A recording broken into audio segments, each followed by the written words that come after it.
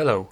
To change fingerprint on Samsung Galaxy S25 Ultra, first of all, if you go into the settings, from here scroll down, go into the lock screen and AOD, and go into screen lock and biometrics.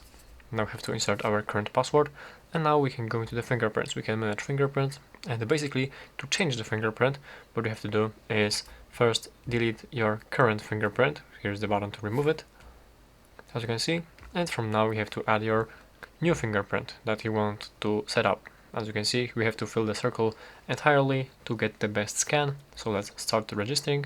And as you can see, here is also the instruction to press your finger inside the circle and lift it when the circle is fully highlighted. And let me just show you how to do this.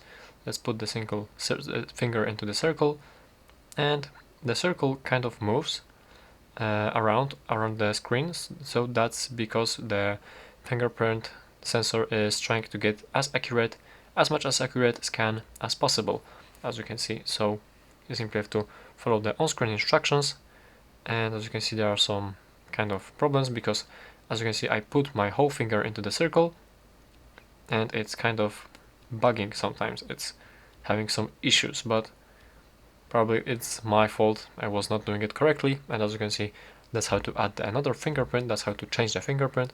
As you can see, we have another fingerprint right now here. Let's name it somehow, save this one, and that's how to do it. Thank you for watching.